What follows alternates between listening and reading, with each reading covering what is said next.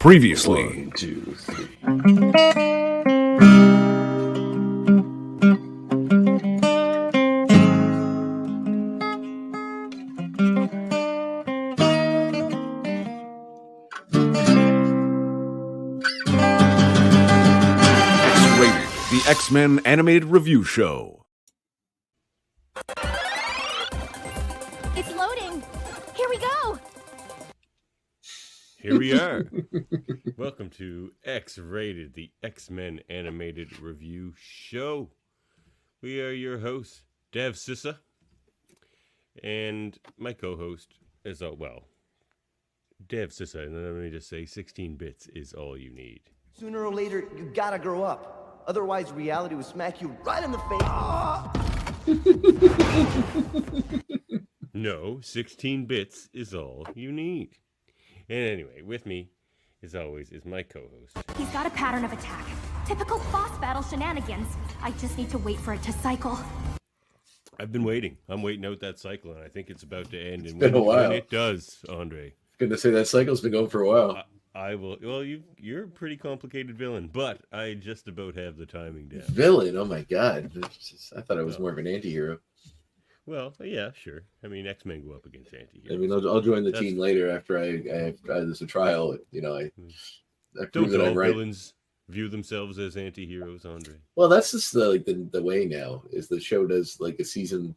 I mean, on modern shows, they'll do like a season of a show where the bad guy is like super cool, like too cool, and then like they'll beat him, and then the second season will be like him, like or her going over all their life decisions, and then eventually becoming a good guy at the end of season 2, and then 3 is them all trying to work together. So that's just how it goes. It's like we're now at the part of the season where we're forging an easy alliance. Yeah, indeed. I don't think the show's been very contentious overall, but if you feel that way, then no, it's all right. No, I don't All think right. I do. No, that's good. We're here to review X-Men 97, Season 1, Episode 4, Motendo, and that's the one we've all been looking forward to. At least I have. I mean, it's X-Men, it's 16-bit video games, it's everything 10, 12-year-old me cared about. Yeah, it's pretty great. Into one It's a package. super fun episode. It could not be more niche for that age of me, because that's before I discovered Star Trek. Really, all I cared about back then was X-Men and 16-bit video games. Hopefully, I had my mic away from my mouth. I didn't realize till just now. So hopefully you can hear me all right before. Yeah, no. Yep. All right, cool. Now It's you're pretty. Now you're like obscenely loud. Okay. Well, this is where it normally is. I just set it on the side of the desk I'm not using. Do you notice that in the intro we get some extra scenes? I know we generally do with this one, but there's a couple of noticeable ones. Yeah, well, Mojo was in it, which was fun. Yeah, but we also Forge is in it this time.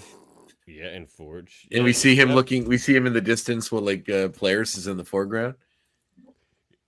It's what they've done here is like genius, and I'll blow my X point on it right now. That's fine. It's already a memeable thing that you don't skip the intro of X-Men the animated series because it rocks so hard. Now they've just basically created that, but made it even more unskippable by adding new material each time. Now it's like the most unskippable intro in the history of television. Well, what I think they've done is reanimate things that have happened in the previous episodes of the show in the new style of the show and incorporate them into the intro. Yes, because I went through a few of them, and there's the scene where Polaris is holding is it Havoc? Who's her love interest in Havoc in that episode where Forge is in the background, which is like the episode he was in, like kind of force centered in that X Factor episode. We also see Jubilee facing off against Mojo with Longshot beside her on the ground, and then we also see Lilandra pounding on a key, like a desk, with her dad behind them. And that was in the last episode's intro as well, the Lilandra thing. Oh, I didn't notice it in the last one. Yeah. So, which I believe was in like the season, when they had the whole fight with her brother and all that stuff. So, right. Yeah, so it's all, and there's also a Phoenix scene, which I don't remember seeing before. It was probably there before, where like she's becoming the Phoenix and Cyclops is like in the foreground or in the foreground with his hand out, like no. But they've definitely added some new material too to these intros, so it could be new material as well. It could be because like all that morph stuff is like new. Well, you see Bobby in his X-Men costume in the part. You see Forge as well, so it's all from that episode. Interesting. And there's like some nods to the when Charles. You were seeing a lot more Charles actually. We're seeing the one where Charles was trying to get into the Hellfire Club's mind and White Queen blocks him out. So that's in the intro too. So it's all probably stuff that's back. Well, that or it's just to remind you about how we saw these people before in previous episodes when they start showing up in this iteration of the show. That could be. Yeah, c'est possible. But it's a cool intro. Cool intro. Did this episode live up to your expectations since we were all so hyped for it? Yes and no. I liked it very much. I wouldn't say it had as much meat on its bones as the other episodes have, with like, usually there's like a fairly important either emotional beat. No, I'm not done. Emotional beat or something like that to I'm talking about the Jubilee side of things right now. But if you take the complete episode, it has that. If you do, yes, but then it's almost like, because it's 2 half episodes, it's not enough time for either of those to really matter. Like to me, like I feel like you got this no, you kind of like the second half, you get this sort of like Bridges of Madison County quiet kind of romance movie, which is fine. The Bridges of Madison County. I've never seen it. I'm trying to use a reference where it's like a very quiet kind of romance movie, where like two people, like, it's not like there's the scene where they all get in a big fight and hate each other. Madison County is nonstop gun and knife fights. Oh, really? Shit. Okay. Yeah, maybe the Horse Whisperer I'm thinking of. I don't know. Let's say the Horse Whisperer. That might be the one I'm thinking of. Something like Clint Eastwood. That's a romance movie. Horseback knife and gun fights. You're picking the horse are stabbing the shit out of each other in those movies. You know what? That's all horse gang warfare. Those horses have like spiky rims. Yeah, just stabbing. It's like fucking The Outsiders, but with horses. Like they're just like Pony Boy. Get it? The horse. Anyway, so no, Bridge to Madison. That's what I mean. It's almost like because it's split up that way. It's just like I know what Jubilee's arc is and how it comes full circle. And it's it's an important message, and there's not enough time to really like go too deeply into it. But then the other side of things with the Storm story, it's kind of the same thing. I get what it is, and I get what it's doing, and it's fine. I just feel like because these are both split into almost half episodes, it neither really has the time to give you a lot of emotional weight to get along with it, I guess. I know there's a second part to the Storm one, so we'll get more of that. Yeah, that was going to be my response to what you just said there, sort of. It's like it is what you're saying, but I need to judge it as what it is now. I can't judge it based on what I'm going to get later because I don't know what that is. Yes, I mean the Storm thing is a half episode, and we're going to get the other half. It's not even. It's like the Storm thing was like a third episode because we're going to get a full episode to finish that story off. Right. Yes. Because the Jubilee thing is about 17 and a half minutes or about 18 minutes. It's almost 17 and a half minutes of this episode. See, and then it's 10 minutes. For me, the Jubilee thing felt like the perfect amount of time. I felt like any more of it was fine. Would have been overkill almost. It was just the perfect amount of referential shit to all that old stuff, and it was amazing. And I think that I could have the emotional beat with her and Bobby, like Bobby. Yeah, it just didn't really work. I think they could have got a little more if they just had spent a little more time on some of the fun video game stuff instead of we're seeing the video game screens of her doing it. But if we just had a little more of that, I think it would have been cool. But I mean, all in all, I really liked it. So fun to watch. It was a fun episode. It definitely brings you back. It's good. Especially since the show is like nonstop nostalgia. It's they certainly keyed that into this episode, hands down. And the music's so good. Oh yeah. I can't wait. I got to get the soundtrack on vinyl. I don't know if the only thing I found is on Apple Music. The intro is on there, but I haven't seen that there's a whole album or anything. So maybe when its season's done. Yeah, usually that's how it goes. Well, I look forward to that. Yeah, me too. Although they having the theme song on Apple Music is pretty fun. It's great for a gym workout playlist. The reason I think maybe the Jubilee Bobby thing didn't land as well with the weight is I'm not 100% convinced on this Bobby voice actor yet. Like, no matter what the situation is, he always Roberto? sounds the same. Yeah, he always sounds the same. Like, I don't mind him. It's like he's never like any more excited or any more scared or any more. It's just like his delivery's just this kind of deadpan thing so far. Except for the one scene where he starts speaking in Portuguese, and that's hilarious. She's just like, "Look, I don't speak justifiably agitated Portuguese." Yeah, it's an that was a good line. I feel like there's some revelations about him in this episode too, which are nice. Just kind of explain a bit more of his whole deal. I thought for sure he was gonna bust out his powers, though. Yeah, it kind of was too in this episode. So, at least they did give a reason for it. He's like so worried that someone's going to see him. Of course, there's cameras. We're in Mojo World. But he's also like a bit of a narcissist. They're like, what? Do you think everyone's always looking at you? And he's like, yes. Yeah, it's pretty funny. Well, we see the X-Men having a meeting in the morning. They're having breakfast. There's some muffins and on the table. They muffins or beignets? They look like muffins. They're in a muffin tin, and there's 3 different types, but they could be beignets. I don't know the difference. So this actually gives us a bit of timescape of the whole series, because wasn't it? I don't remember if it was her birthday, but it was close. Well, we said she was learning to drive in an episode where she was 16. She got her driver's license when the series started. Yeah, and now we know she's just turned 18. So it's now this is 3 years. This falls on her 18th birthday. Yeah. So I like Magneto's new costume, although I find it kind of funny when I don't know, just the arm sleeves look funny when he's just hanging around. Like when he's not fighting, if he's just sitting at the table and like eating, like drinking, they just look kind of weird. If it was just if it was like full up and it didn't just show his shoulder and that's it, I think it would be a better design for when he's not fighting people. But anywho, the arm sleeves are strange anyway. They're kind of strange. They're kind of strange. They're I think it's just because they've been reserved for female characters in designs forever, so it's weird seeing a dude have them, and that's not a great reason, but I mean when you've seen something that way forever, it's just odd when it's different. You wouldn't question Storm wearing those. No, or the White Queen who does, or other characters like that. Those, so it's just kind of off, strange. See a dude doing it, and like it didn't look so bad when he's like in battle, but it's kind of weird when he's just like sitting at a table drinking from an X mug. Or in his Hellfire garb, because White Queen's rocking that look, and he's just like rocking the Hellfire kinky look, because it's like a kinky sex club too. Yeah, that's true.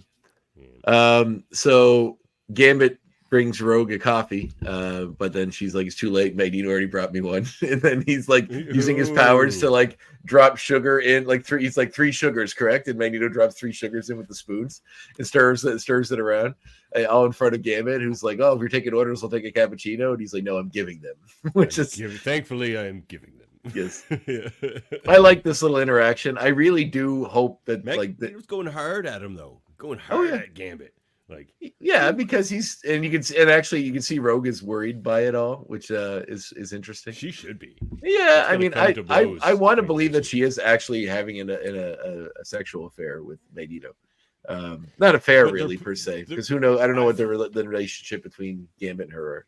I feel like she isn't, because they're making you want to think so hard that they are. It's going to be revealed that they aren't, and it was just Gambit's suspicion. That's what I think. I mean, it's not just like if they're really going to be throwing us. That's going to be like if I told you every day for a year my name was Andre, and then the last day I'm like, oh wait, my name's Edward. I got you. Like they give like everything they're giving us is implying this as much as you can on a show like this. So, which is why I think they're going to pull the rug out. I think if they could show them actually having sex in the show, they would have, but they can't because it's for 14. Whatever. We'll see it's animated. We'll see. So, what he's actually doing is teaching her to control her power, and that's why that was legit Danger Room time. It wasn't Morph. He's in there trying to teach her to control her power. At the end of this season, Magneto will have successfully taught Rogue how to control her power, which will allow her and Gambit to have a real relationship, and Magneto will come off as super heroic. That seems. It's okay. Okay. I mean, sometimes like that. Okay. Well, it's a nice theory, but I don't think it's happening. You heard it here first, people. All right. Yeah. Well, I did. This was recorded 6 days before you heard it here first, people. That's so right. Even 6 days before that, it was heard. Mm-hmm. Hey, buddy, come on. Can't be in the middle of the episode. Have our babies. Yes. Mine will thankfully just sleep on the floor between my legs, though, and not bother me too much. Not that yours bothers you. Screaming at any moment. Oh my God, mine just left a cloud of fucking fur everywhere. Just like comes in, you pet him, he just goes. Almost like an attack. Oh, you're so cute, buddy. I know. All right, so they're all hanging out. Magneto wants them to be training extra hard now for the event that Sinister returns. Actually, this episode's not gonna be too hard to describe to go through. I don't think, because it's not like full of crazy twists and turns. No, it's just references. So Magneto wants them all to go hard, and then Beast says, "Well, it is Jubilee's 18th birthday. Perhaps we should celebrate kind of in his own way."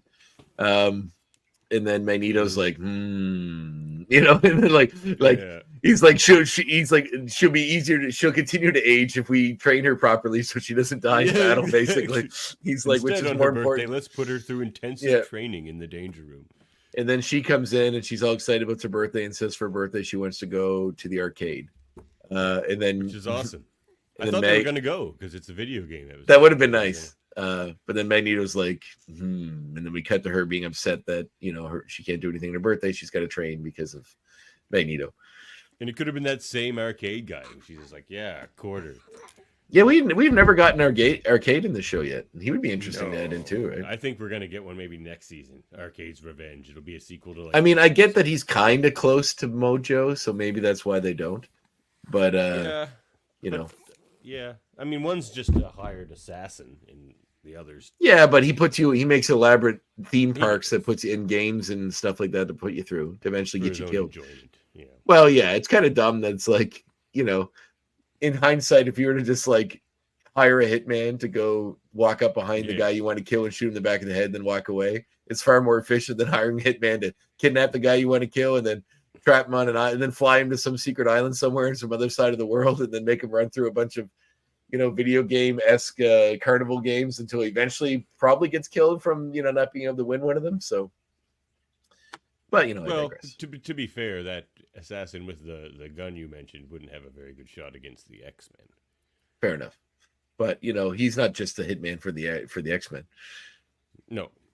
So anywho, so she's mad. Roberto's there hanging out in her bedroom.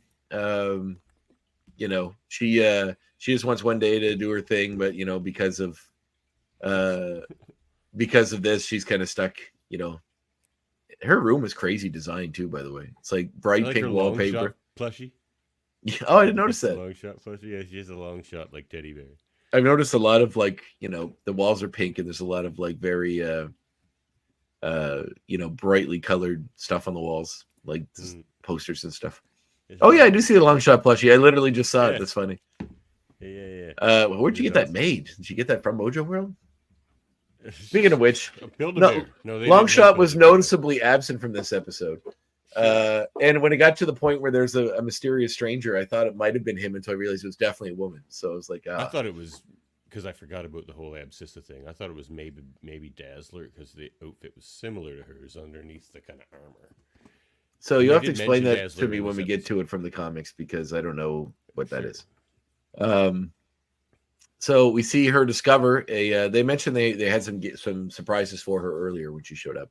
Then she discovers that in her room is a Motendo entertainment system, which I guess she didn't bother looking too closely at to see that the name was different, with a video cartridge inside, which was going to be my. She said she never heard of Motendo before. Oh, so she just didn't put together that Mojo and Motendo could go together. No, she just thought it was a surprise. Yeah. So maybe it's. Motendo. So, one of my X points was the art on the cartridge. Did you have an X point about that? I do, yeah. Okay, we can talk about that later then. So, it does look kind of like an SNES, kind of, or Sega kind of mix. So, it's like a cross between it actually looks more like a Japanese Famicom. Oh, yeah, it does kind of, Roberto is kind of surprised that she's really into video gaming. He doesn't see it's not really his thing. But as she goes to turn it on, circuitry comes out of it. Make or break. So clearly they are dating because he does say this could be make or break.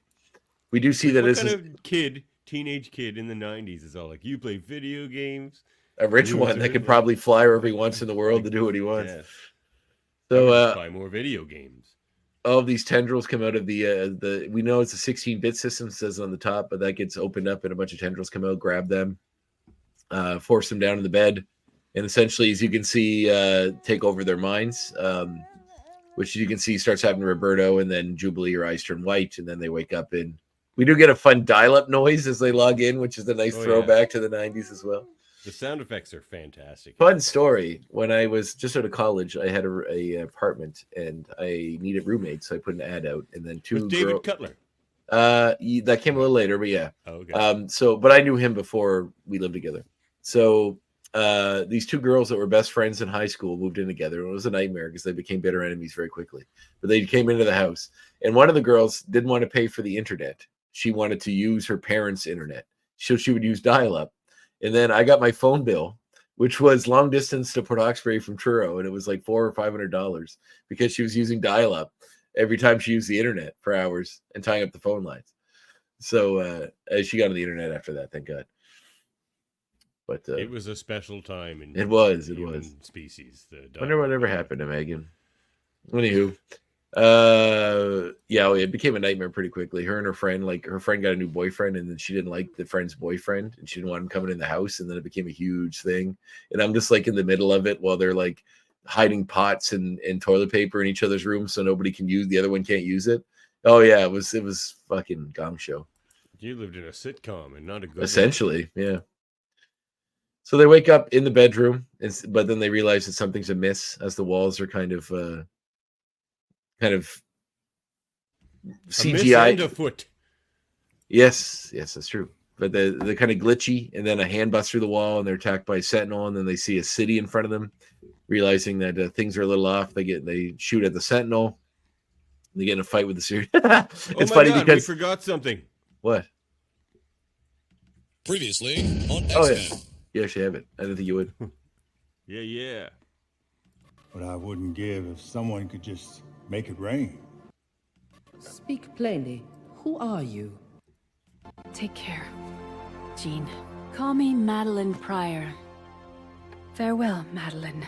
Farewell. Farewell. Now it's funny because the hand comes through and grabs them, and then Jubilee shoots the sentinel, and then she falls like in a cool superhero pose.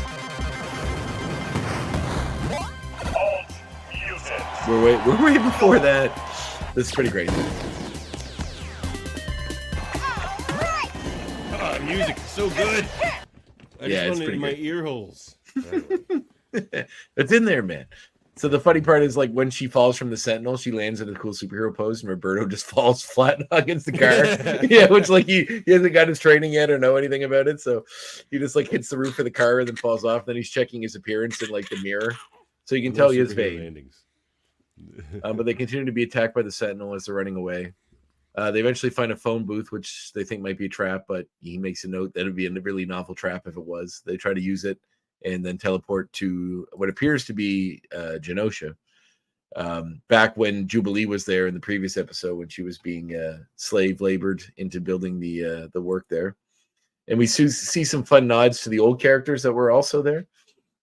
Also, there's the guards there look very much like Boba Fett from a distance. Oh, yeah, I didn't. Did you notice that? Yeah. No. I don't remember them looking that way in the original series. Maybe they did, but from a distance. No, they have those green sort of masks with the red visors in the. Yeah, but it's black in the front, so it kind of looks very much like the Mandalorian helmet.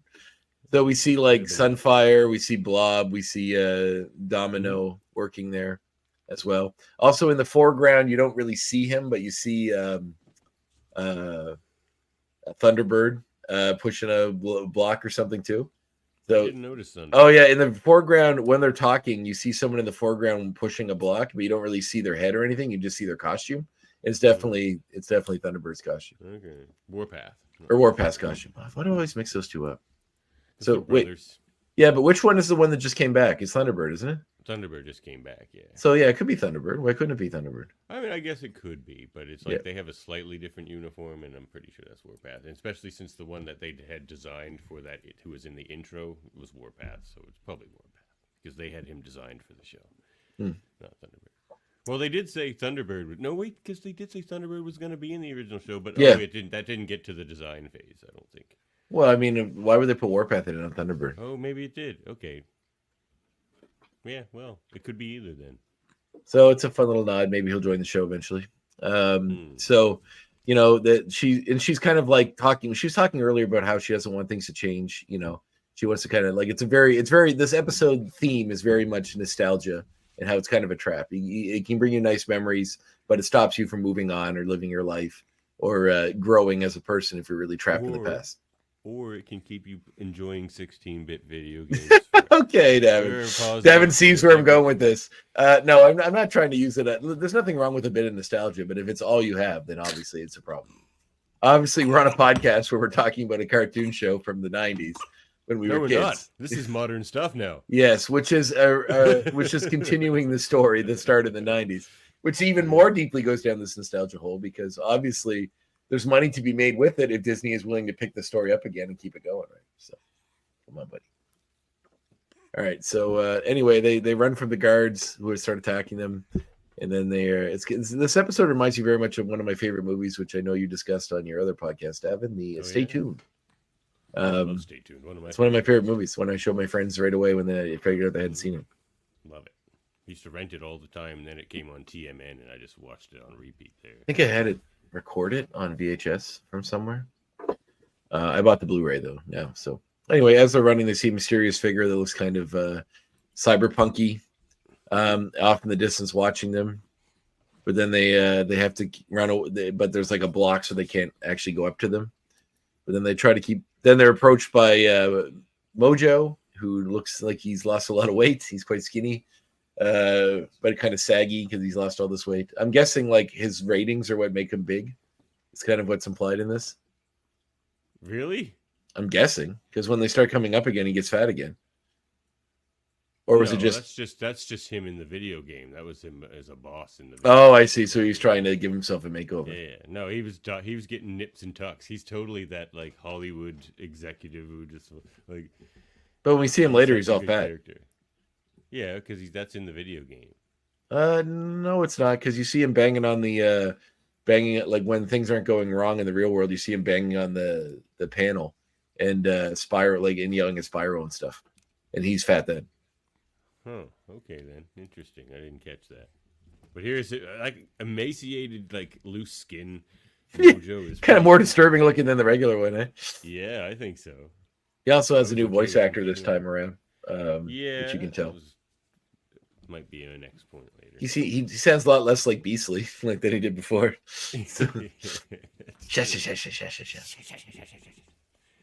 So we see that Mojo is, the ratings have been in a slump. He's wanting to bring them back. In doing so, he brought Jubilee in through the video game, and he also says that they're saying, "What if we don't participate? Because it's obviously just a video game."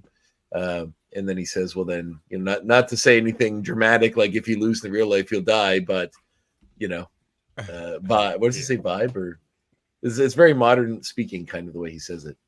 But stakes. He says, but stakes. Oh, yeah, he goes, that's right. Stakes. Yeah. So, and he refers to himself as a psycho interdimensional TV executive, which is nice. Which is a fun way to nod it. So he mentions that anytime the X-Men have been in the show, it's always been a big deal, but Jubilee's the star this time. Based off her memories. Mention your name is Motendo Enter Andre system. I don't know if I mentioned. I don't think you did. I was pretty happy with the cleverness of that myself. So and all the Is it supposed to be Motendo though? Oh, Motendo. Oh yeah, it is supposed to be Motendo. Oh no. Yeah, that is an error. An error. Motendo Enter Andre system. That's right. Because there aren't that many characters I could make my name fit into this time. Yeah. They don't actually call her Abscissa in this, but no, they don't. But I didn't know that, so I don't even know what her name was, or that this was an existing character in X-Men comics before. I just assumed it was made for this episode. So he mentions he had some nip tucks and whatever, but he also says that the game itself is all based on her memories. So she's essentially fighting through her own like nostalgia memories and all that stuff. Forever replaying and reliving all of these memories over and over again, which is kind of what she was like maligning she couldn't do in the real world. Yeah. When she lands in Genosha, she's like, "Hey, it's Genosha," but like back in the day, Genosha. Yeah. Because they mentioned they're trying to get into the maybe getting into the UN at this point in the story. So they also showed like some of the shows when they're talking about her memory. Some of the shows will be based upon them. One of them is the Summers Gray divorce court, which is a fun little thing. I thought that was funny. Maybe it's a nod to where we're going with the series. Who knows? Maybe they don't come back from the Madeline Pryor thing. Who knows? Could be. But anyway, we see her. We see all the crowds getting into it. We see the game's called X-Men: The Rise of Jubilee. And it says copyright 97 Motendo Games at the bottom, which is a nice little nod.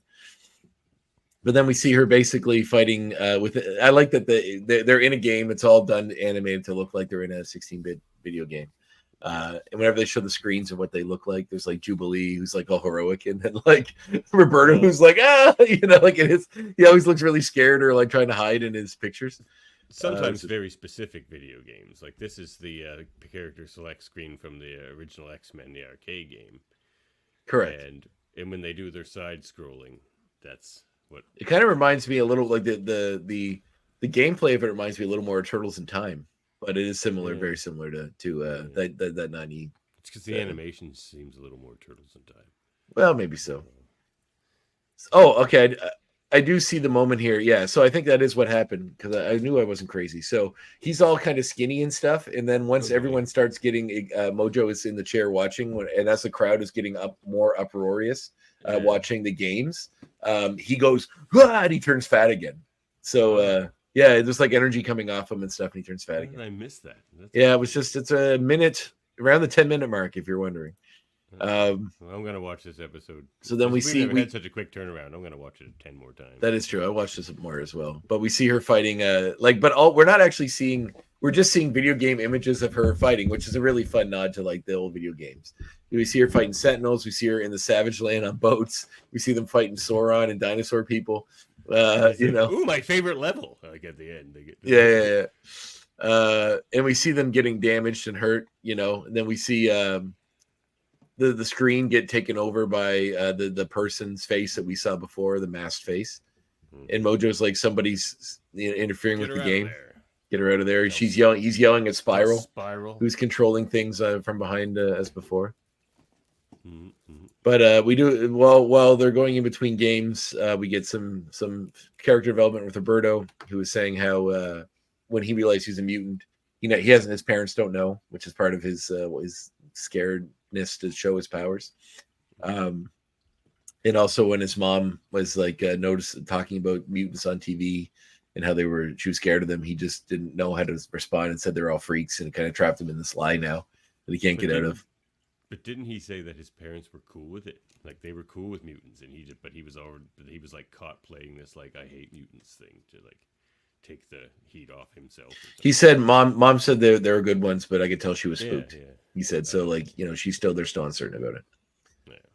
So then we get basically it looks like the control room on Asteroid M is where they're at, and when he's talking about how you got to get out of, he's talking Jubilee that she has to get out of nostalgia, that line you played earlier, where you can't be stuck in it, you have to grow and move on. And then just he said the real world's going to hit you like a ton of bricks, basically. And then something hits him and he goes flying into a wall, and it says game over for him right away. He's like lying on the ground. He's all glitched out like he's about to die.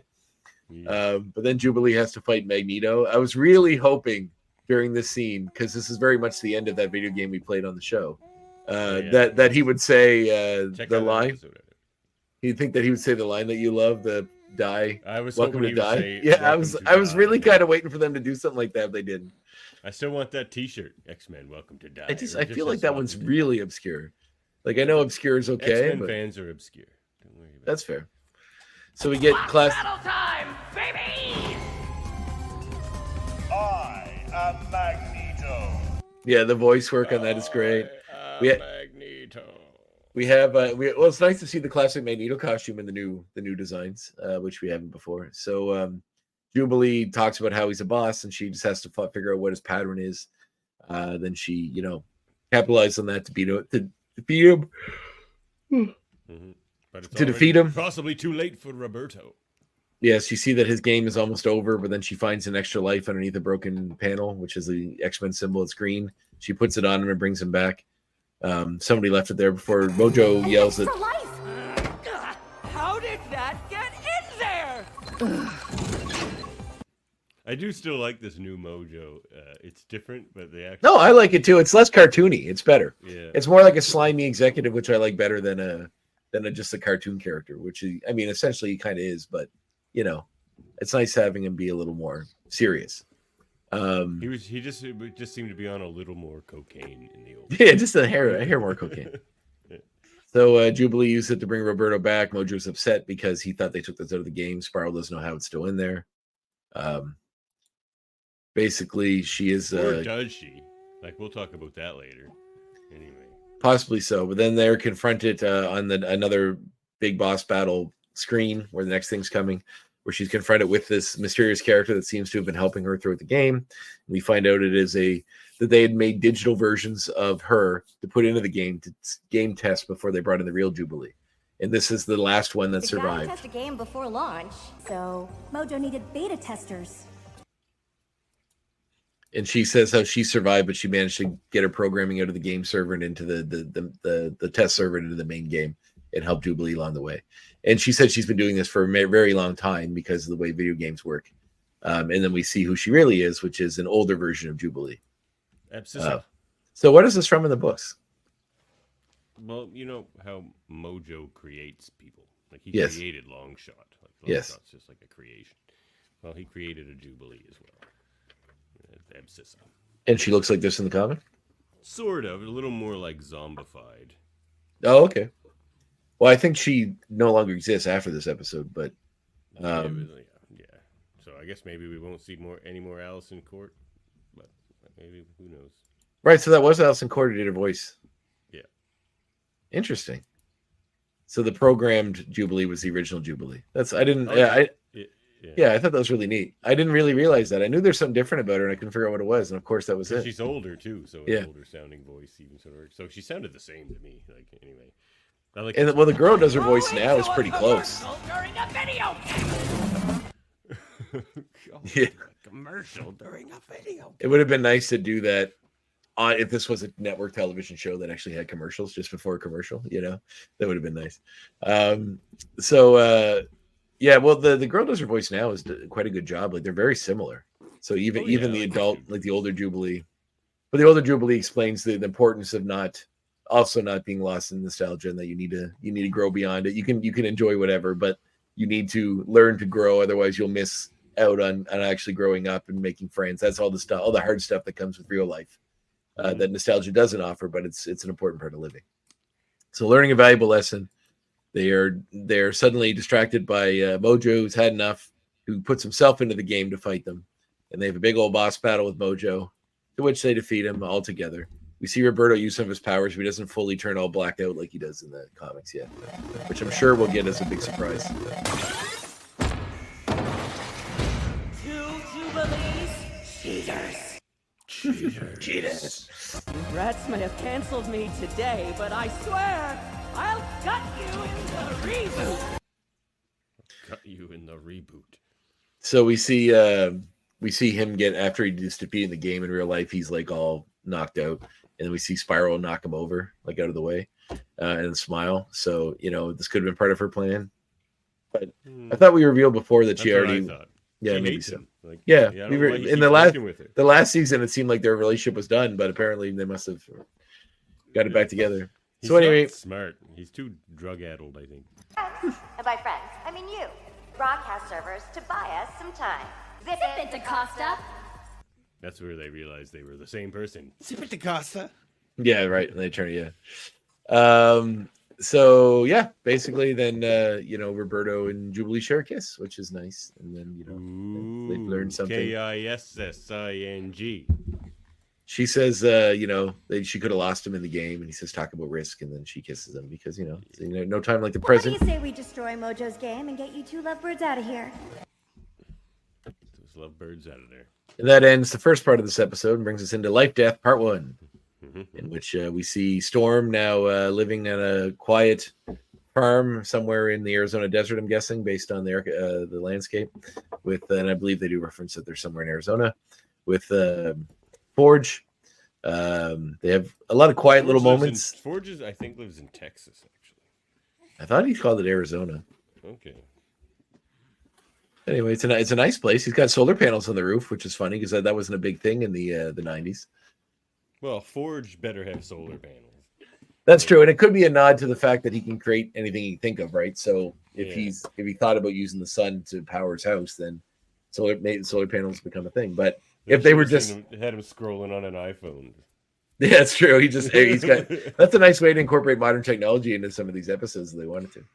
Yeah, it's true. Forge just did it. So Forge calls Storm down for dinner, and they have a nice conversation where she asks where his hand. He has a robotic hand. How that happened? He said he was a soldier, and he lost it. There's a war. There's some good dialogue. There's some really nice, like the dialogue is good here.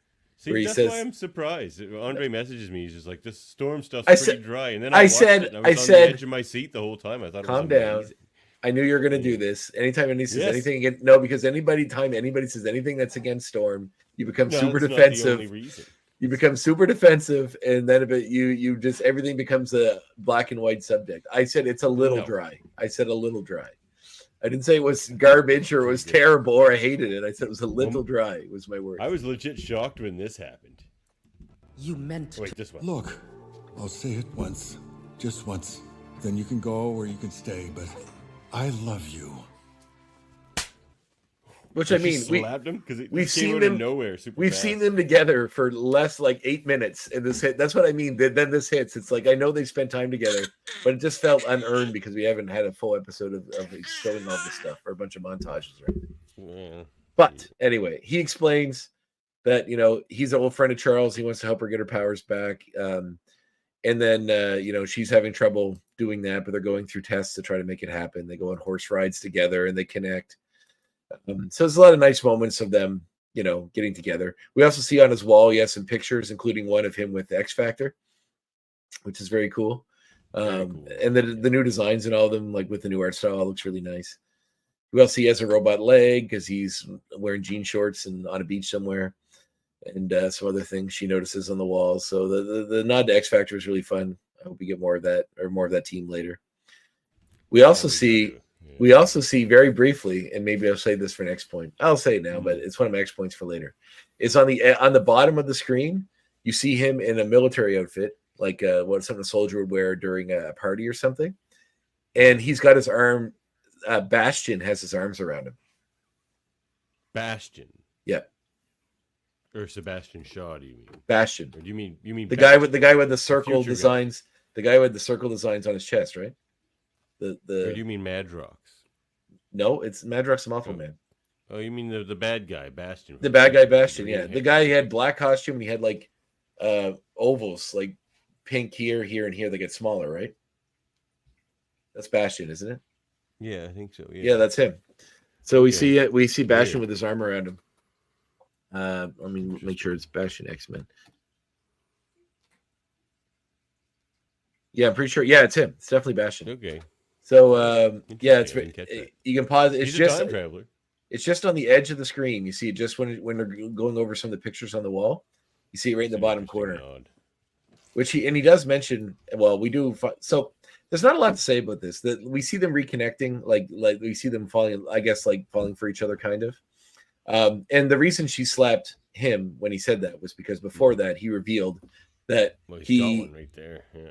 He had a hand in creating the collars. They said that a woman in Scotland had created them, but they used Moira. But they'd used his technology that he traded for the government's help with making his hand and his leg to be super pissed at Moira. So because of that, he had a hand in causing the technology that created her problem, and that's why she was so upset. But anyway, that's just how it goes in Life Death as well. Yes. Oh, is it okay? Yeah. Well, you guys said that when you were talking about what's to come, basically. Yeah. It was Dave Cutler's recommendation there the other. Yeah, and he's so 100% right tonight, but definitely go read Life Death. So during this she's trying to use her powers, and they're still not having reactivated.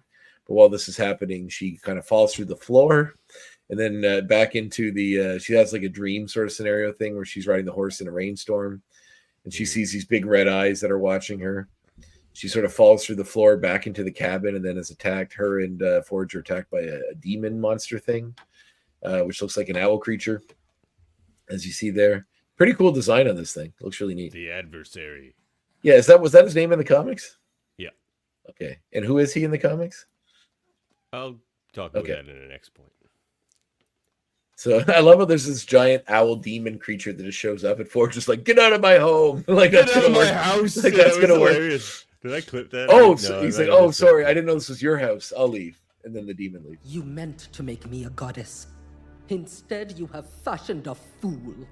Great dialogue with fantastic dialogue. I was on the edge of my seat, not because it was Storm, but because it was just great character stuff. And I feel like that's like the first 2 episodes were just nonstop action, and I don't want us to get too addicted to that. No, and I agree, and it's nothing to do with that. When we were talking, I said it wasn't exciting, but I didn't mean it for it to be exciting. It wasn't very interesting either to me, because it's just 2 people falling in love, and that's fine. But it was less about that and more about Storm's journey to get her powers back, and some backstory of Forge. It was a lot of them riding horses and looking into each other's eyes on these nice messes where the sunset's happening. So, you know. But anyway, Forge gets attacked by the thing. It bites him on the shoulder, and we see it seemingly infect him with something and throw him aside. Yeah. And then it confronts Storm, and Storm is like left with no powers to fight this thing. Yeah. And then he says, he feeds off. What does he feed off? He said, I don't waste my meal. Yeah, what was it? He said, you're disappointed, you're trapped, you're haunted. Yeah. In despair. Is this guy? It'd be cool if this guy was despair. But anyway, it's an obscure Marvel villain that we don't see very often. Yeah, so anyway, he says he's not gonna waste. So he feeds off her despair, and he's not gonna waste his meal. So end of episode. Big cliffhanger. Yeah, I think I got that last. It's a good line. Trapped here, haunted, suffering, despairing. I feast on misery, and I, the adversary, shall not waste my meal.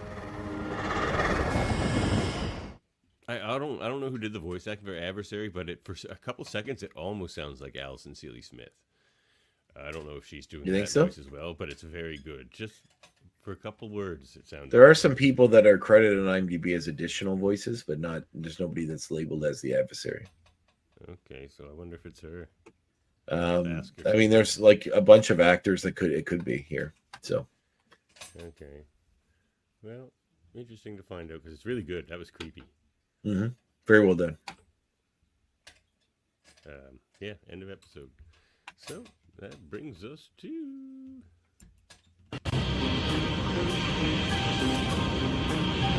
each of us will have to look into his own heart and decide. I can go first. This is another 10 for me. I really liked this one. The video game part was everything I wanted to be, and like I didn't need that part to have weight because I'm okay with taking these 2 half stories kind of. I wouldn't quite call them that, but as a whole. Well, one's a full story, one's a part of another story. Yeah, exactly. But like as a whole, it kind of has everything for me. I love that Storm stuff. This horse thing too. Like she almost went off that cliff. He wasn't gonna tell her. I'm like, dude, that was kind of crazy. I might be trying to test her to shock her powers back or something. Yeah, exactly. Yeah, I'm gonna give it a 9. I'll give it a 9. I liked it, but it's not as good as previous episodes for sure. I almost gave it an 8, but I did really like it. So the Jubilee stuff's really fun, and I do like the Storm stuff. Like I said, it feels like the Jubilee thing should have been a full episode, and the Storm thing should have been a full episode. It feels a little shoehorned because like I feel like we would have got a lot more cool video game stuff if this wasn't half episode. I don't know why they did it this way.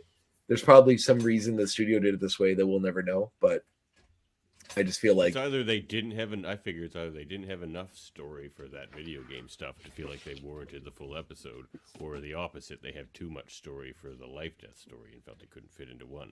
But that's possible. The thing about that is your problem with that is it didn't show enough of the building of the relationship between Storm and Forge. Well, it's everything really. Really Just should have been that, and at the very end. Well, I guess that's what it was, and at the very end they meet the adversary. So I guess that is kind of how they should do it.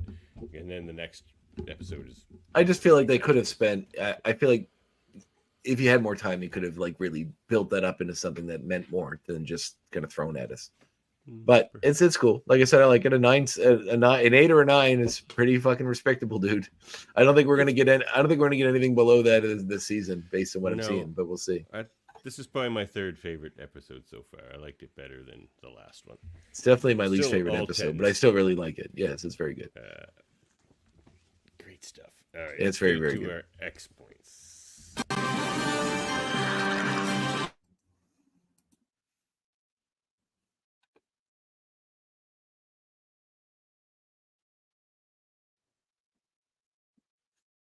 Uncanny X points. All right, let's get into it here. You want to go first?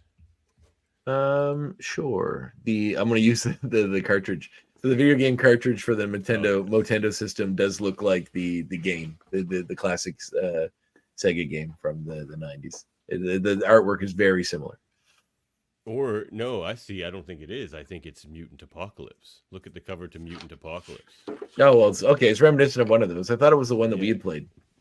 I thought so too, but then it has Apocalypse up in the corner, and I didn't think I have that game. I can run upstairs and check. It says, what I've read online is it says the Motendo game is designed after the Sega Genesis Mega Drive game. Okay, so it was used artwork similar to the '93 X-Men game for the Genesis. Yeah, see, I have that image here because I have that game upstairs, and it so yeah, but in the system, it's the Wolverine jumping out just like the Sega one. But I wonder what Mutant Apocalypse looks like. The Sega Genesis Mega Drive is what the system was based on too. That's in a room. Okay. Yeah. So. Okay, it's sort of like a combination of the two games, actually. Well. Yeah, because it did have Sinister in the corner there. If you look at Mutant Apocalypse, it's very similar. I'm gonna bring. It's what's on the actual disc, not the box, right? What was on the cartridge or the case? Yeah, I was looking at the cartridge. All right. 1 second there. Oh my God, this baby, baby, you're a lot of work when you're trying to podcast at the same time. All right, so. I mean, you're a lot of work a lot of the time there, little baby. Yeah, it's got Wolverine jumping towards the screen, and it's got it's similar. I'm bringing them both up, but I looked at it. My initial reaction was that it was the Sega one. Well, it could be. And then I saw the internet has been wrong before, and it made me think that it's Mutant Apocalypse because the image of Apocalypse is exactly the same. So it looks like this, like with the Wolverine jumping towards the screen from the Sega one, but that's the exact Apocalypse image up in the corner, right? Oh yeah. So it's like it seems to be a combination of both games. Oh, it could be. The actor. Oh yeah. Go ahead. I'll say this is my next point. Oh, my next point. Well, I can talk about the adversary, I suppose. So the adversary, was because Forge has kind of shamanistic powers in the comics as well. So Shaman he calls boy. upon like he in the Vietnam War in the comics, his entire platoon was getting slaughtered or did get slaughtered, and to get revenge on the North Viet Cong army or whatever, he calls forth the adversary demon, who does do what Forge wants him to do, but then it just like haunts Forge again and again after that sort of thing. Like so, it's like it doesn't leave your presence forever once you call it. You know what I mean? You're sort of like connected to it. Interesting. So that's the adversary, and it even shows up in the Fear Itself storyline briefly. So it showed up a few times. Oh, that's very cool. Yep. So one of my next X point is one of the voice actors that is listed as additional actors is Robin Atkin Downes, Downes. Okay. I'm guessing he is the voice of the adversary specifically because of his previous work. I thought it was a woman. Interesting. No, his voice sounded like a dude to me. Okay. But he did the voice of Doomsday in the Batman vs Superman Dawn of Justice movie. He did the voice of the Master in Guillermo del Toro's The Strain. He did he's on Criminal Minds, the Orville, playing like a nefarious alien character and some other things. So he's got a deep, kind of gravelly voice. So I'm guessing he was probably the adversary, but that's purely conjecture. All right.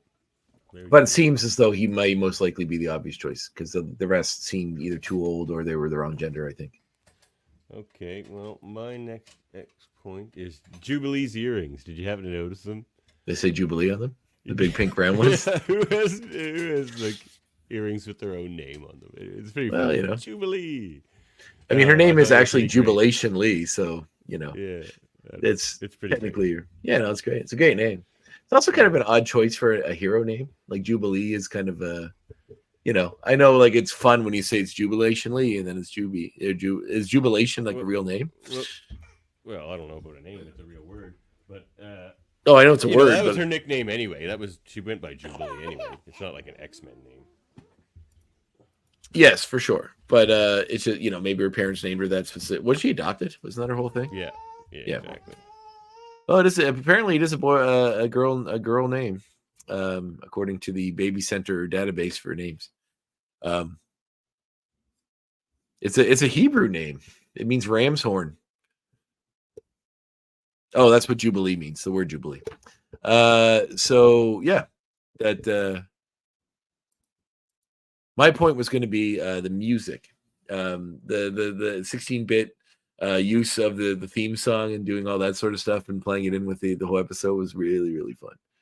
It was like so good. It was so good.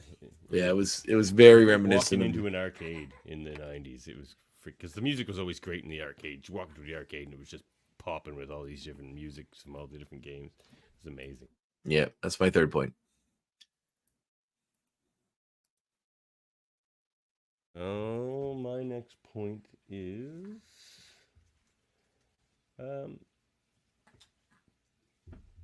Allison Court passing the torch. Like, it was kind of like a passing the torch. It was kind of nice to see that, like the older Jubilee character sort of like, because there was a bit of a passing of the torch of skill in the episode where she's like, oh, I didn't know I could do that. And so Jubilee learned some things there, and she'll be a more badass fighter after this, likely. Though she was pretty badass against Magneto in this. So yeah, that was cool. Though it just gives you a slight hint of missing Allison Court in the role, because like I don't know if it's nostalgia talking or just the fact that she was such a big part of our childhoods. Like she was like Lydia Dietz and Jubilee, and like she has the big comfy couch. Yeah, and I didn't watch that, but she was a very unique voice actor. So I feel like, you know, I don't know why she gave up acting, but she was so good at it. She could have just kept doing that forever. Well, it's not always the actor's fault or reasoning as to why they quit acting if they're not getting hired. No. Yeah, true enough. Well, you know, the Canadian acting but it's all good. They passed the torch and it was nice. A nice moment. Also, like, this is just my next point is that Jubilee's powers seem to be way more stronger than they ever were before. Because like when you're seeing she's training. Assuming that it's also years have gone by, but assuming that the characters she's fighting in the game are reminiscently as powerful as the characters in real life. Oh, I don't think we should assume that at all. Okay, because she's just like one-hit KO'd Magneto. She's like one-hit KOing like Sentinels left and right and Sauron and all these other characters. So like they must didn't just even make sense by her video game logic. Video games, you have to hit the villain 3 times.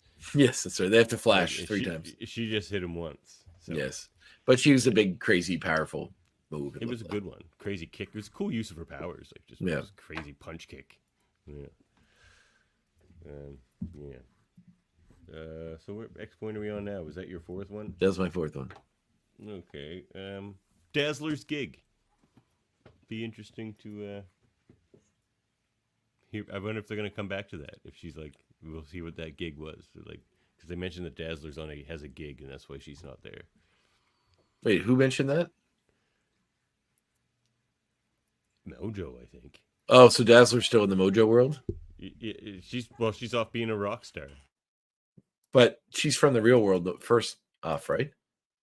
Yeah, she's. I don't think we saw Dazzler in the Mojo world the previous show, did we? Yeah, we did. Am I forgetting something? The episode, Long Shot leaves with Dazzler on one arm and Spiral on the other. Right. Okay, so yeah, there's still some. But where's Long Shot? That's what I want to know. That's a good question. All right. My last point was going to be I'll merge 2 together. I love the horror elements of this when it'd be like, I love whenever shows delve into horror stuff because I like horror stuff, but like the ones that this towards the end of the show are really good. Like the adversary looks really interesting. Is that how he looks in the comics? I'd or does he take different forms? Myself on the full story if he does the owl thing, but normally it's like kind of this feathered sort of like Yeah, he looks super cool. And I like the voice work of Forge in this. He's really good as well. Yeah. Well, my last one would be the voice actor for Mojo. The voice actor for Mojo. Oh, I can tell you that. This time, what? I can tell you what that guy's name is. He's right here. I can't do it. You got it there? Yep. It's David Erigo Jr. Erigo, Erigo. Yep. Does a lot of work on Phineas and Ferb and the new Looney Tunes Looniversity show. A lot of animated work mostly. Not originally, just the new one. He also does some voices on the Spider-Man 2 video game, which I was talking about in our last episode, which I really like. Oh, really? Yeah. It just has additional voices. So. The Spider-Man 2. They're really good, dude. You claim to love Spider-Man. And you have not played this game yet? I played some of the first one. They're so. How could you play some of it and not beat it? I've platinum both. They're so good. New video games are just too much. They're just too much for me. I don't find it fun. It's just too much. You can't handle it. It's like jazz. Yeah, maybe. I sent Davin a clip from I sent Davin a clip from the Mighty Boosh. I don't know if you're familiar with that TV show, but it's when this one guy's complaining the other guy about how he's always talking about jazz. And I like jazz music, so this is just joking. You don't hate jazz. No, I love jazz. Yeah, when he says he's like, you fear jazz. You like it plays inside of the rules. It plays inside of the lines. He's doing this whole thing, and that's why people don't like jazz. And then what is Noel Felix says to him? Jazz is for what is it? Jazz is only for math teachers and like the mentally deficient or something like that. That was really funny. It was pretty funny. Yeah, that's good. But because Davin's always talking about jazz and on the movie podcast, and I just made me think of him when I saw that clip. All right. Well, let's move on to a segment that Andre would certainly miss if we didn't do. Oh, it's not good because I didn't pick one. Oh, I got it. Actually, let's do this. Hey, no, I got it. Check this out. Well, we're doing this first anyway. Okay. So rather than suggest life death, which is the obvious choice, it is the obvious choice, the route I normally take, that's been done on this show. It's been done. Oh my God, who's knocking on the door? What's going on there? Anyway, on your outside door? Yeah. All right, I can talk about my comic if you want to go answer. I'll be right back. All right, so my choice for comic is, and I don't think I talked about it before. I had a pick selected, but then Davin, I think when we were doing the movies, I had selected for one of those, and we weren't really doing them for the movie, so I didn't bring it out. But it was the original comic for Road to Perdition that the movie was based on. I really like the movie, but the comic by Max Allan Collins is insanely good. Is it also called Road to Perdition? It is just a done-in-one graphic novel. The only thing about the comic is it doesn't have the Jude Law character, who is very disturbing in the movie, and I really liked. But as far as like a real, really well done crime comic that sets up, all the same similar stories that come with the book or with the movie. And I think the movie is an underappreciated gem. Tom Hanks is very good in it. People just don't like to see him play a more serious or dark character, but he's super good in that role. It's a very good movie. But yeah, check out the graphic novel Road to Perdition. There's also a sequel about, I think, like the son of the kid, because in the comic the kid becomes like a priest and he's telling a story about his childhood. And in that, but I think the sequel, he has like his son goes through something and comes back around. But yeah, check that out. The Road to Perdition. Well, I'm gonna suggest Uncanny X-Men 220 to 224. Here's the cover to 220. Ooh. This is where Storm fights the adversary. The adversary is not. Is that him there? Or is that Forge? Yeah, that's Forge. That's Forge, but it's not Forge. It's actually Zombie Forge. The adversary, I think. Zomborge. But go check that out. There's is it Zomborge? Snake. It's all kinds of crazy stuff she has to deal with this adversary character. Then it ends in this one, little long shot cover there. That's a good one. But yeah, right before the Fall of Mutants. Check it out. I got a lot of X-Men reading to do, man. Now I got that app. I got X-Men. Yeah, I know. I'm probably just gonna bring books with me when I go to my trip because I don't want to. I guess people are watching this, so hard to be mostly back. But just because I don't have like my iPad on the beach, like get sand in it or something. But I do want to catch up on a lot of this old stuff as time goes on. So once I finish my run of Spider-Man 2099, the Peter David run. Did you ever like read something in a comic you distinctly remember as a kid and thinking it was very disturbing or like odd or different, and then like going through it later or as an adult and saying, "Oh, I'll understand it now as time goes on"? And then I read a part because in Spider-Man 2099, when he fights the Vulture from 2099, who was revealed to be like a cannibal and a real lunatic. Spider-Man at one point in the comics, he webs him up and he goes, "Now I just like," and he's knocked out and he's fallen into a web and he's starting to rip through it. And he's like, "Now I just got to web him up and leave him for the police." And then it starts to break away. And then you see Vulture start falling. He says before he becomes a greasy smear in the pavement. And then you see the guy start falling. And then Spider-Man put his hand out and then put it away and not do anything. And then you're like, "Oh, wait, so he just let him die." And then as a kid, I remember thinking, "Is that what happened? Surely that's not what happened." And then when I was rereading it, I was like, "Oh no, that's what happened." Like that's 100% what happened. But I just didn't realize it until because to me, comic heroes always did good stuff. I've never seen someone kill. So even the Punisher, I guess, was different. But like Spider-Man, even this version of Spider-Man letting someone fall to their death seemed wrong. Well, speaking of Punisher, and sort of along those lines, I do remember one comic that, to me, when I was a kid, I remember it being really disturbing and kind of, horror bent, which was the Punisher POV with art by Bernie Wrightson. I don't know if you ever read that story. It's just a 4-issue story. Punisher by Bernie Wrightson? Yeah, it's called Punisher POV. It was like a 4-issue thing. Oh, yeah. Is that the one where it's all the... it was in like Marvel Knights, right? No, it was way before that. Okay, because there's one that Joe Quesada did that he drew way before then. That was in Marvel Knights. That was all from the point of view of like the guy. I think it's like a dude in a dentist office, and Punisher's like fucking with us. You see it through his teeth, like out through his mouth. Anyway, yeah, interesting. Well, so it was just that. I just remember going back and reading it, and I just remember it not being nearly as like twisted as I recalled. Yeah, well, I mean, although had that.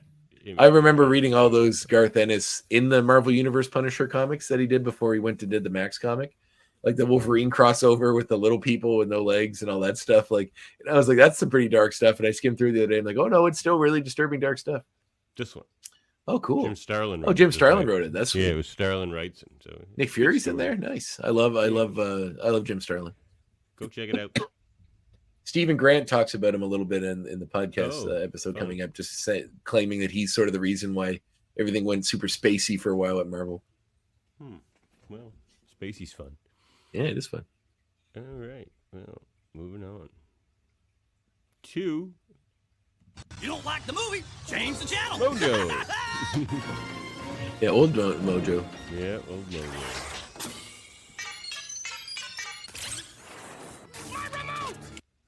So I'm going to suggest a 1980s classic from 1984, starring screenplay by Chuck Russell. I believe it was it directed by him as well? No, directed by Joseph Rubin. Chuck Russell wrote a movie that directed a movie I deeply love that I feel is undertended, which is or underwatched, which is The Blob from the 80s movie. It's a fantastic horror movie. But this movie stars Dennis Quaid, Max Van Sydow, Christopher Plummer, and it is called... And David Patrick Kelly, who you may recognize as the Warriors guy from the Warriors. And it was Dreamscape from 1984. It kind of reminded me a little bit of this with jumping between all these sort of crazy things. And it's also in the 80s as well. He plays a guy that has psychic powers who is co-opted into a program to help people deal with issues in their sleep. So he can go into people's dreams and interact with their issues. He helps a kid overcome a snake monster that he keeps seeing in his dreams. But there's a more nefarious government plot to keep the president from disarming the nukes by using this to either influence his dreams or kill him if it doesn't work out. So it is very interesting, very fun little movie that kind of reminded me a bit of this episode and some of the Storm stuff with jumping between all these different realities all through dreams. It's a fun movie. Check it out. Dreamscape. Plus, look at that cast. When I was a kid, I used to think Max Van Sydow and Christopher Plummer were the same person.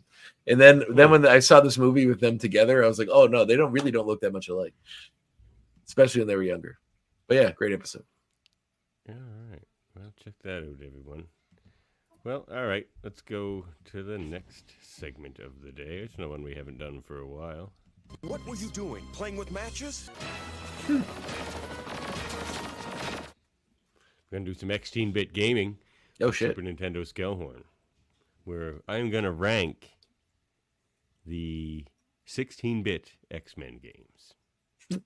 All right. X-Men adjacent, which off the top of my head is 6 games. That would be X-Men and X-Men 2 Clone Wars for Sega Genesis, Spider-Man X-Men Arcade's Revenge, which is for multiple systems, X-Men Mutant Apocalypse. Oh my god, actually I think there's a Mutant Apocalypse too. And Electric Boogaloo? I'm gonna have to look. Shit, was there a Mutant Apocalypse 2? And now I gotta look that up, and it'll refresh my memory on the game. Mutant Apocalypse 2, I think they did. And there's Wolverine Adamantium Rage for the Super Nintendo. Adamantium Rage. What a dumb title. Yeah. Mutant Apocalypse. No, I don't think there was a Mutant Apocalypse 2. If there was, if there was, I didn't play it. All right. So, I'm going to rank these. So, coming in at the bottom of this is Wolverine Adamantium Rage. I could not get into that game. I wanted to love that game, just like I wanted to love Wolverine for the NES. And I did not. I did not love that game. And next, I will have to say, second to bottom, is Arcade's Revenge. That game, I wanted it to be better than it was, too. It had Spider-Man, it had the X-Men. It should have been the best game ever. And it was not. And it was not. No. Next for me, and I think this one might be a little controversial, because I think it certainly has some people that think it's better than the original, would be X-Men 2 Clone Wars. Great game. Doesn't have the nostalgia for me. It's an X-Men game called Clone Wars? Weird. Yep. Clone Wars, or Clone Saga. I think it's Clone Wars. Maybe it's Clone Saga. But it's the second one for Sega. Just had a lot of what the first one has, but it didn't have quite the charm, I felt like. The next one for me will be X-Men Mutant Apocalypse, which could have taken the top because the controls are amazing. The way it controls is the best. It's so much better than my number one pick, but it wasn't multiplayer. And that's a big drawback for me on Super Nintendo. One of the big great things about Super Nintendo for me was like most things for super multiplayer. So that was a disappointment for me as a kid, because you just wanted to take that from my number one pick, which is X-Men for Sega, and bring that multiplayer experience to the Super Nintendo, which was always smoother and always seemed a little more advanced. But yeah, the X-Men for Sega, go play it. It's like the best. I think it's the best X-Men game maybe ever. I haven't played every X-Men game, certainly, because there's newer ones, but it's just so good. I mean, the controls are a little stiff, but it's not so much the game. It's the Sega controller that's stiff. Sega Genesis controllers, those big buttons, you just got to smash them, man. Like, they're not sensitive enough. That's why I always liked Super Nintendo more than Sega Genesis, too. That Genesis controller is a nightmare. It's a disaster. It was never good. It just looks cool. But that X-Men game, maybe if I can find a way, will be the next one we do on our video game playthrough series there, Andre. It's 2-player simultaneous. We might be able to rock that out together. That'd be fun. It's you and me and her. And simultaneous you. So it might be a 7-part series of us trying to beat it over and over again. No, don't we have unlimited quarters? I also don't know how it works, because the funny thing about X-Men for Sega is you actually have to hit the reset button and reset the game at a certain point to continue on in the game. Oh, really? Okay. Yeah, and they don't even tell you that. Like, you just get to a point, and the screen stops going, and you're just stuck. And there's this, like, Mojo comes up on this TV, and as soon as you see him, that means you're supposed to reset the game, but they don't tell you that. It's kind of like the old E.T. game, where like you just fall in a hole, you're done. The one for the Atari. Yeah. You're in a hole. You're never getting out. You're done. So, yeah. Check that out, everyone. X-Men for Sega. Maybe we'll get that on the playthrough. That'd be fun. I'm down for that. It's a good game. And what else? We want to do anything else here tonight? We want to play a game? Do we want to do anything like that? It's up to you, man. You got a minute? I got a little bit of time. Do you want to do it? All right. Well, what should we do here? We've got some different games. All right, let's do this one in the honor of Mojo. Surely you've learned by now that there is no more important work than teaching the young.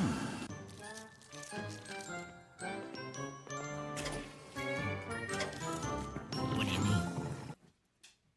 mean? Let's make a mutant, shall we? Like Mojo does. So this is the game where Andre and I both pick a physical characteristic and a power. We haven't done this in a long time. Yeah, exactly. It'll be fun.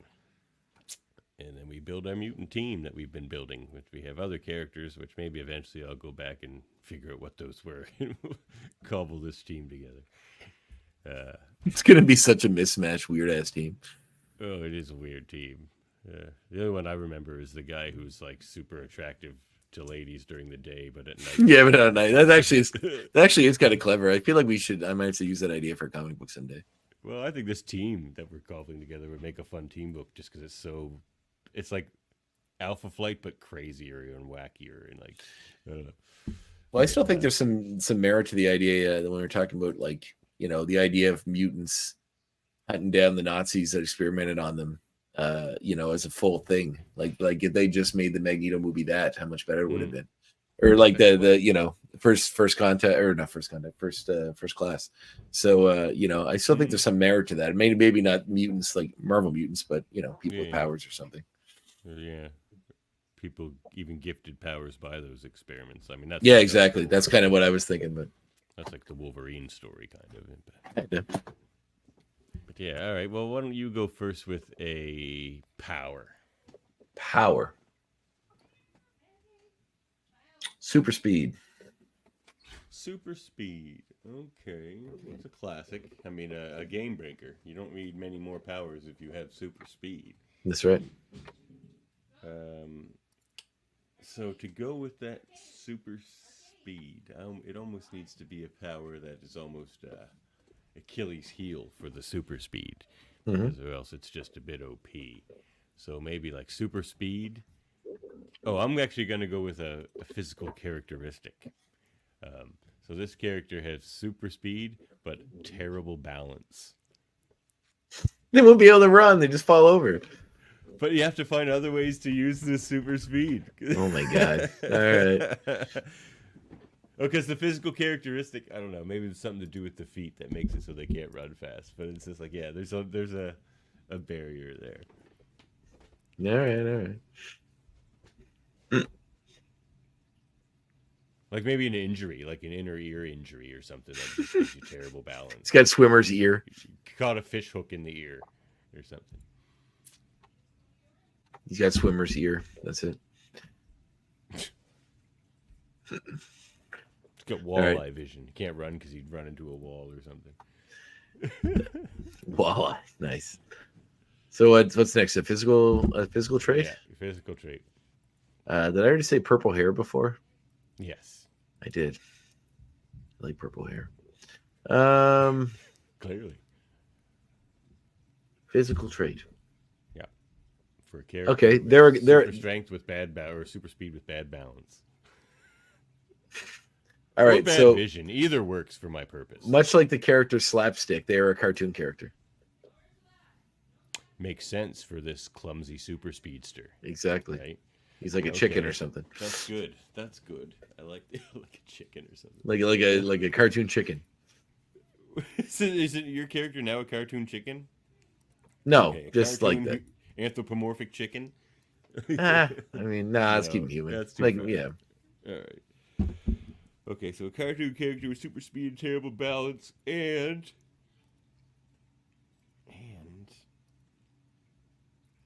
just well, now it's a character. Now my physical trait can just be giant feet, like big cartoony feet. So that's why he can't run super fast. He's a clown. Too awkward. Yeah, like. What is he, a clown to you? Does he make you laugh, Davin? Is that what he does? Is he a clown? Yeah, let's make him a clown. A super speedy clown. Let's do it. He's in a full. It's Ronald McDonald just running around, like a cartoon version, just running around. Oh no, a mime. Ooh, a super fast mime. That's super interesting. Fast miming. Yeah, super fast mime. It like can talk, but it's just super dedicated to the craft. All right, that's good. Why I not? like it. Why not? Yeah. You are no robo. What are we gonna call this guy? Do we have to go up with the name too? Oh yeah, we do have to come up with a name. Silent but deadly. Because he's a mime. I'm kidding. Wait. Oh, but the silent could come. Dead silence. Dead silence. Sounds like a villain, but I like it too. Kind of.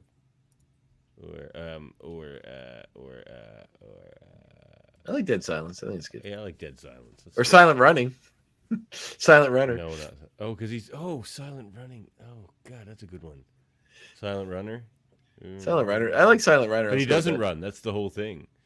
Well, he's super. Well, he tries. I like Dead Silence. I All right, think that's fine. Because he could be kind of a tragic character or a maniacal character. Sure, why not? All I need now is for you to contact your students, Professor.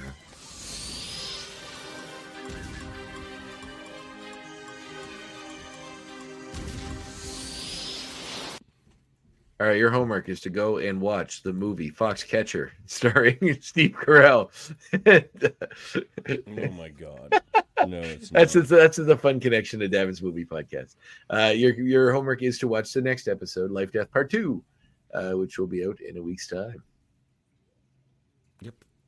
Oh, that's not the next episode, is it? Life Death Part 2? Oh, maybe it isn't. Is it? I think there's some in between it. I don't think it is. Snap! And they let you be a professor. They don't. They don't at all. I'm not a professor. There's no what? I'm so. Okay, wait. No, wait. Hold on. No, Remember It is the next episode. Okay. As Genosha prepares to join the UN, select members of the team head to the island nation to be honorees. Back at the mansion, a behind-the-scenes press event risks airing the X-Men's dirty laundry. Life Death Part 2 is episode 6. Okay. This is episode 5. All right. So Remember It. That sounds full of intrigue. Remember It. Full of intrigue. Very intriguing. I'm intrigued.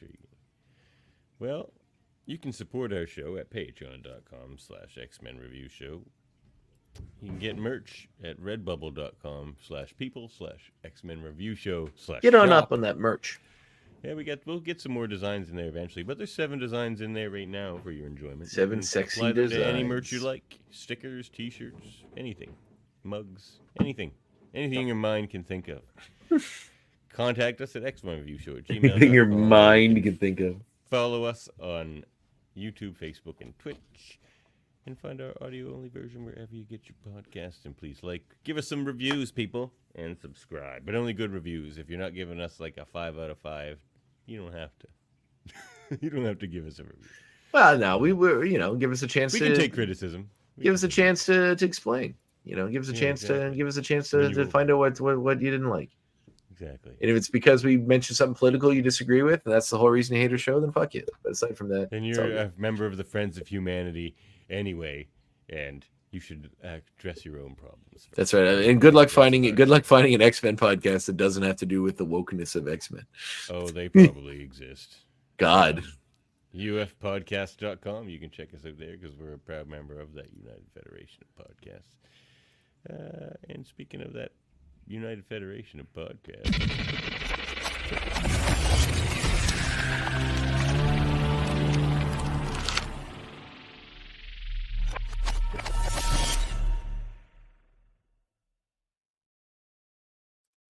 But by the time this episode airs, my episode with Gary K. Wolf will have been out on Monday. Ooh, can't wait. Great chat with the creator of Who Framed Roger Rabbit. He wrote the book Who Censored Roger Rabbit, which, spoiler alert, I read. I didn't have it finished when I did the episode, but I'd finished it since, and it's a great book. It's a really, really fun book on its own right, regardless of its connection to the movie Who Framed Roger Rabbit. It's very different, but very good on its own right. So go and check that out. Also, make sure to find us on Apple Music and rate and subscribe, which is always nice because I think that's one of the few places you can do it on the Apple Podcast stuff. And tune into another episode. I can't remember. Stephen Grant is the next episode, which is the former writer for Marvel. Created the character Whisper, which is kind of an indie comic character that was a big deal back in the day. Also Punisher, Incredible Hulk, Moon Knight, which is funny because his name is Stephen Grant. That's the name of one of Moon Knight's alter egos. We talked about that as well. It is purely a coincidence, but it's fun. Okay. And some other stuff. So yeah, it's a great episode. Great chat with him. He has some great stories. about his work on a lot of other projects as well, and get involved with Hollywood when one of his comics, Two Guns, became the movie starring Mark Wahlberg and Denzel Washington. All right, check that out, everybody. Check it out. Do it. Do it now. And then, of course, as already mentioned, you can check out our review of movies such as Foxcatcher, Cool Runnings, and 8 Men Out on our last episode of Hold Up a Movie Podcast. And our next one, I believe, is on bicycle movies. Or movies that feature bicycles. Bicycle. What are you doing? One on bicycles? You're doing one on bicycles? Murphy's. That's incredibly obscure. Is Bicycle Thieves one of your movies? It's like a classic movie. Is what? Bicycle Thieves one of your movie? No. The Bicycle Thief? What? How did you not pick that? It's like one of the artiest. What? It's like one of the artiest, most classic movies of all time. Artiest is in a good way or a bad way? It's black and white. It's an early movie. It's black and white, and it's a French movie. It's supposed to be insanely good. What are your bike movies? I picked Pee-wee's Big Adventure. Okay, what are the other two? I forget. Like Premium Rush starring Joseph Gordon-Levitt. Is that really one of them? Oh my god, that's Murphy's pick. Of course it is. Of course it is. Exactly. What was the other one?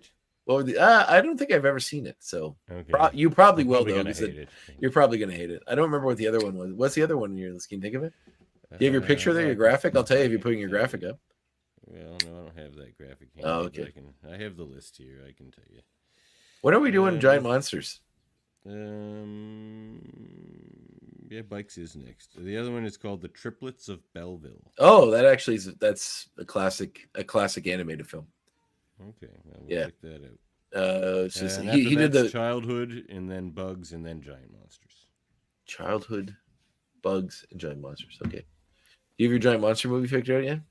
Nope. Or do I? Murphy picked Godzilla -1, which I'm glad because I haven't seen it yet. I've already seen it, but it's fantastic. All right. Did I pick anything? No, I didn't. Depending on what I think I know what I'm going to pick. You're going to pick something old? Yeah, like I want to pick Monster. I'll tell you now. This is a big. There's a lot of choices. I mean, I'd love to pick Pacific Rim or something, but I want to pick something that maybe somebody hasn't seen that's really good. And I'm going to pick the movie Colossal, starring Anne Hathaway, in which I've never heard of it. Oh, it's super good. It's her and giant monsters in it. Eh? It does. It's got two. But Jason Sudeikis is in it as well, and her. And it's kind of a movie about alcoholism and other things, but it's very, very good. And giant monsters are in it. You'll see. All right, cool. That sounds interesting. I think you'll like it. Forward to that. It's more of a rush. You tend to like movies that are like more quieter, like less big budgety ones, and this is definitely one of those. I find action boring most of the time, unless it's the X-Men working together. That's super exciting. But other than that, I just wait for the action scenes to be over and people. It's all good. It's all good. You get there, buddy. Yeah.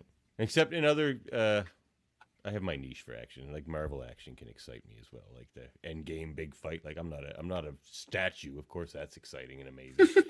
I'm just a man. Damn it. Though the first time I saw it, I didn't really enjoy that scene because it was such a long movie before that, and by that point, it was just like a big action schlock thing that I didn't really pick up on. I had to go back and watch the end game thing again to really enjoy it. Because there are a lot of small moments in that scene that you got to kind of just have to pick up on. Anyway, yeah, and the Super Mater Brothers, they review reality shows over there. We're doing our big crossover with the Mary Mater Marvel Society when Wolverine Deadpool comes out. That'll be fun. Looking forward to that movie. I mean, I don't want any more spoilers. Like, my God, the internet is trying its hardest to spoil that movie. Really? Why? Just because of the picture people keep posting? Yeah, it's just like, I feel like I know too much already. And of course, if you like Star Trek, Live Long and Podcast is the channel for you. We have tons of content, all various and amazing and fun. We have a ranking convention, a uniform forum, you might say, coming up here very soon, as well as a radio theater of the TNG episode Conundrum, a bit of a gender-swapped edition. It'll be fun.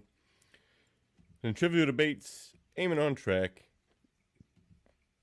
Hellbound Podcast with Alex Blackburn, Michael Chan, and Hey, did you see this one? With Jason Phillips. Did you see it? Waters. Did you see it? Did you see it? Hey, did you see it? Did you see it? Well, that's what they. Would you look at that? Would you look at that? Would you just look at it? Hot enough? Is it hot enough for you? It's not the hugest humidity, buddy. All right. Well, that's it from us, I think, tonight. Which is actually more of the afternoon right now. I'm just used to saying tonight with this show. Well, it'll be night when people watch it. True enough. We're going to stream this for you on Tuesday. So until then, enjoy the next episode of X-Men, because that's remember it. Remember it. Don't you forget. Don't you forget it. Don't you forget about the show. Catch you next time. Next time. I know a part of you wants to hang here, but that's not living.